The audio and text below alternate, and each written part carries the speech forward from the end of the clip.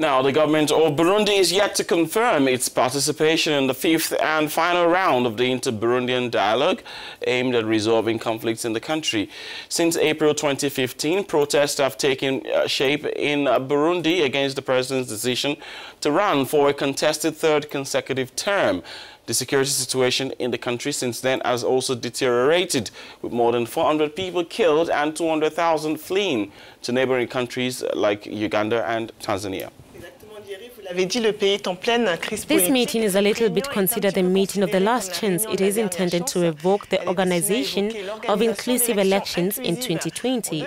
Elections in which President Pierre Nkurunziza assured to everyone's surprise that he will not run. He is currently serving his third term after changing the constitution. With us now is Onisimi Ndudwamana. Onisimi is the spokesman of the National Council for the Respect of the Arusha Agreement for Peace and Reconciliation. I'd like to thank you for joining us on the program and a warm welcome. First off, how do you explain you or your group's non-invitation to this meeting?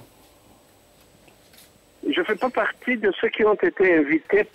not one of those who have been invited, just because the government still claims that I am under an international arrest warrant issued by the services of Pierre Nkurunziza, claiming that we participated in the attempted coup d'etat of May 13, 2015, which is ridiculous.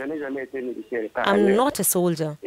I have never been a soldier either, and I have never entered a military camp in Burundi.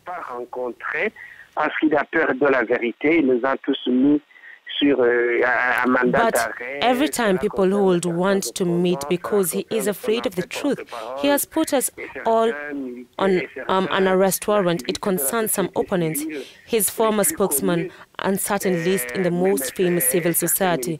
There's some military, but the reason is that he does not want to meet us face to face. You say he doesn't want to meet with you face-to-face, but this is the fifth and final round of the talks, or the Inter-Burundian talks. What do you expect from this meeting despite your exclusion? The first thing is that, first of all, there is no fifth round, while there was not even a first or second round. It is really not an abuse of language or a way of borrowing the dictator's words to perhaps stroke him in the direction of the hair that we see, if he could answer at least once to an appointment to talk about peace for Burundi. But otherwise, he has always boycotted by putting forward false pretexts, either that there are opponents to whom he would not want to talk, or what he'd like is for these talks to be repatriated to Burundi, or he invents morning stories as now they invent anything to save time.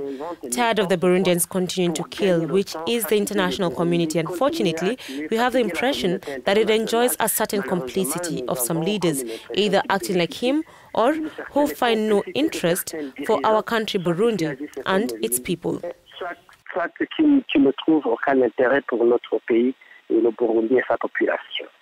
Is your group now ready to sit down and talk, to get onto this negotiating table with President Nkurunziza? We have always been ready to meet him and his delegation. We're not doing it for him, but for us. We are doing it first and foremost for our country, for our children, for our future generations of this country, which has been ravaged by cyclical wars for several decades. With the signing of the Arusha Agreement for Peace and Reconciliation, signed in 2000, we believe that everything will be all right.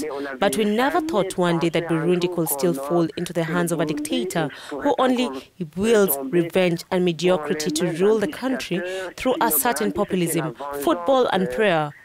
Whatever it takes to indoctrinate a whole poor population. But I can no longer continue, but it is no longer acceptable.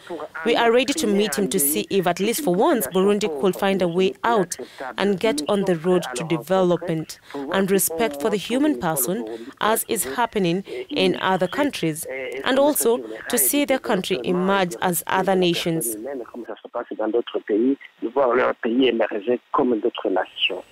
You seem very interested in this meeting, but you, for instance, have been close to President Nkurunziza, having once been a spokesperson. So, bearing that in mind, what do you think? Do you really think that he will be ready to meet with you for frank and constructive discussions? He is not ready because I think he's afraid. First of all, for the crimes he is suspected to having committed. Besides, it is obvious because he committed them and he knows that that's a fast thing. So he does not intend to give up for a single minute, just as we do not intend to give him a break to continue the impunity in our country, because we believe that the Burundian people suffer from a lot of impunity that has marked the history of our country since independence, and even before in some cases. But we hope that one day the international community, I mean precisely the friendly countries of Burundi, the two human rights and even the sub-region, all will realize that we cannot continue to expose the lives of an entire population because there is someone who wants to rule over the subjects as if they were animals.